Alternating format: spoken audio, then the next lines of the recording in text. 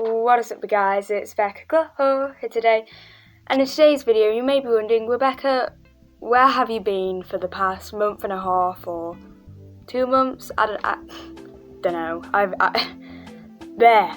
2 seconds into the video and I'm already messing up on my words. Yeah, you may be wondering, Rebecca, where on earth have you been for the past nearly 2 months? Well, I just, I needed time to think about me and who I was, and because my mental health, and if any of you guys were worried or wondering, don't worry, Rebecca Clo's not, quitting YouTube or anything. I'm fine. I'm going to carry on doing YouTube because I love YouTube, I love making content, I like making content, I like making people happy, I like making videos on interesting topics and just talking about them and getting my opinion out there and telling people, don't support this creator, or, just chill and watch Bryce Hall TikToks all day. I don't know, I love doing YouTube, it's something I've always loved doing for years and I'm never going to quit. So if you're wondering about that, don't worry about that, I'm going to be here for at least 2 more years. But now that Rebecca's midlife crisis is out the way, let me actually get into the video. We're going to be talking about a TikToker called Jorobe, otherwise known as John Robert Bell. This is a picture of him here if you're wondering what he looks like. Jorobe was known for making videos calling out other creators for sexism, homophobia, Islamophobia, paedophilia, etc. And he would just, make these videos, call other creators out and explain why, what they're doing is wrong. He also had this ongoing beef with the vegan teacher about, obviously everyone hated the vegan teacher at the time, that, he was making these videos and he duetted a lot of the videos, and, it's very back and forth, just the vegan teacher being like, no, be vegan, him being like, no, do you want, yeah, you know what I mean. And this obviously made John look like a super nice guy. He would stand up for people that didn't have voices and teach people to, be better, and, their actions have consequences, and yeah. But yeah, 2 or 3 months ago we found out who Jorobe really was. Say out loud what Jorobe was really like off camera was a TikToker named Dylan. Dylan made this video explaining his experience with Jorobe and, saying that he's underage and that Jorobe was talking to him in a weird way, and Jorobe tried to convince him to do things and say things, and, and this situation is basically like the James Charles situation. It turns out that James Charles, turned out to be a groomer, and that he was grooming his fans over Snapchat, and to me these creators are just so slimy that you'd use your fame and your power over someone just to get something out of them. James Charles, has 25 million subscribers, and he did this to 20, maybe more people. But anyways, back to Jorobe. Dylan made this TikTok addressing what Jorobe was really like, and I'll just show you right now. This video will be about one of the biggest hypocrites I have ever met in my life, Jorobe. Here's a picture of him if you don't know him by his name. John is a disgusting and terrible hypocrite who abuses his platform by using his clout to groom and prey upon underage boys. He has done this to multiple people, including me. John first followed me whenever I had about 30,000 followers and joined my live stream and asked for my Snapchat, so I gave it to him.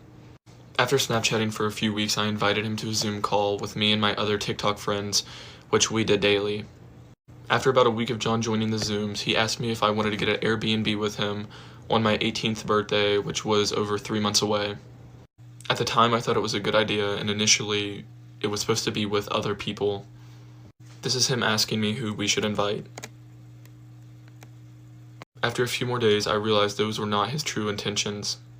He started to send me links to 1-bedroom Airbnbs, and he offered to purchase me alcohol if I went, and this is him talking about the 1-bedroom, and I was like, could we find one for 2? That would be better. As you can see, he immediately changed the subject. A little over a week goes by, and then I decide to invite one of my IRL friends to the Zoom, and this is what John sent me. He knew that I did not want to get the Airbnb, so he thought if he invited one of my IRL friends, I would want to go. That's him asking when he was going to turn 18. He continued to ask me about the Airbnb for months until he just finally stopped.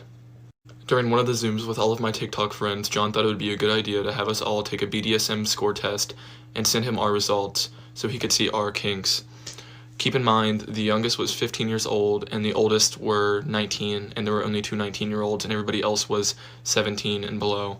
There were 12 of us. A few months later, in the Zooms, my friends would go into separate FaceTime calls, and it felt like me and John were always left out, and he tried to convince me that they were talking about me and that they weren't my real friends and that he was my only real friend. It worked, and I believed him. A few days later, I got a FaceTime call from all of my friends, and I answered, and in those FaceTime calls, during the Zooms, they were talking about how John was grooming me, and whenever they confronted me with this, I was very defensive. A few hours later, I called back and talked to them, and I finally realized that John was grooming me. I decided to cut John off and not confront him about anything. I didn't say anything for the past 8 months because I thought I was the only one until recently I found out that there are multiple people that John has groomed. John does not deserve to have any type of platform because if he does, he will continue this behavior and will not stop preying on teenagers. He's a disgusting and terrible person. Not long after Dylan spoke out about jorobe, it didn't take long for another creator called Coco also spoke out against jorobe. Coco's story was pretty similar to Dylan's story about everything and the booking a room, and I'll just show you guys Coco's story, Coco's video right now. Hello TikTok. I'm going to be talking about my story of this man right here, and if it gets taken down for harassment or bullying, I will be livid.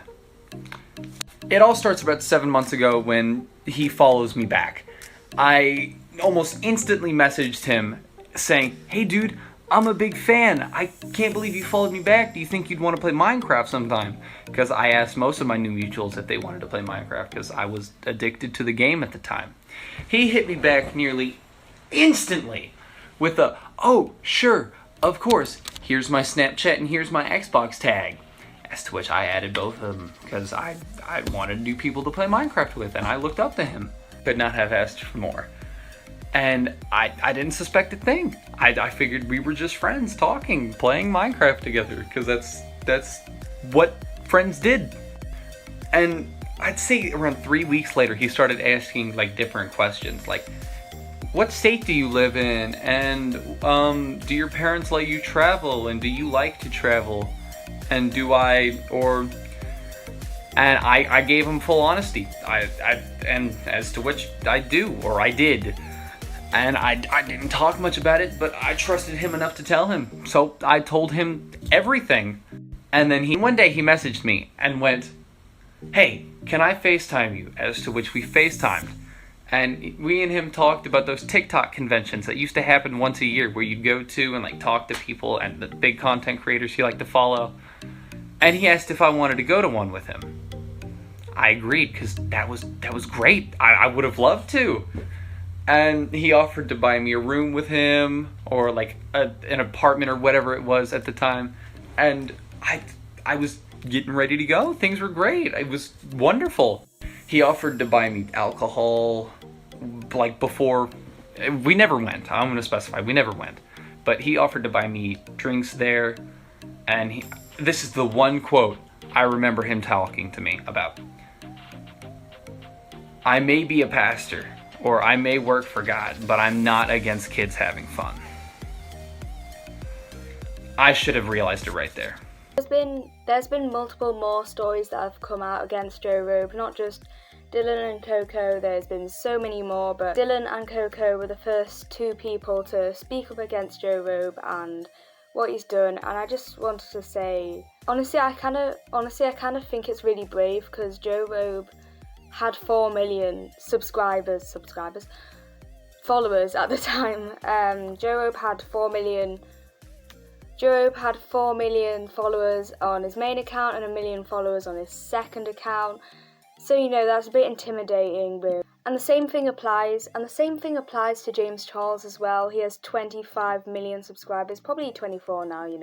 He lost a lot he's lost a lot of subscribers since that, but yeah, I think that's all for today's video. Hopefully you enjoyed this video. Hopefully a lot of creators haven't actually talked on this topic, and I just wanted to get this story out there, get this out there, you know, just to tell people not to support Jorobe and that he is a bad person. But yeah, I just thought I would do this, make this video. But yeah, thank you guys so much for watching, and yeah, I'll see you guys next time in the next one. Hopefully it's not in a month this time. But yeah, I'll see you guys next time. Bye. Peace out.